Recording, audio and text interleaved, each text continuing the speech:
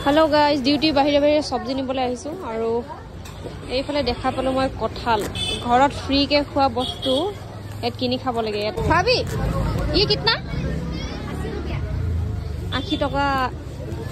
এটাতে ঘৰত ফ্ৰী কে খাও আমি ইয়াত 80 টকা আজি চেৰিয়ে ঘৰটো ইমান লেতেৰা কৰি থৈছে সকচোন একদম হৰু হৰে বলে দেখিছে নহয় গুটে ওয়াইপাৰ এখন আছে মোৰ এই ওয়াইপাৰখন ফালি খতম কৰি দিলে আৰু কঠাল কটাৰ যি যন্ত্ৰণা মানে কি কম জেনে তেনে কাটিলো এতিয়া বইল কৰি আছো আৰু ইফালে হাজবেন্ডে হেল্প কৰি আছে জলকিয়া ৰসুন ইফালে আলু কাটি লৈছো মছলাৰ কাৰণে আৰু ইফালে কঠালৰ সবজি পুৰা ৰেডি হৈ গল ধুনিয়াকৈ আৰু আপোনালোকে কঠাল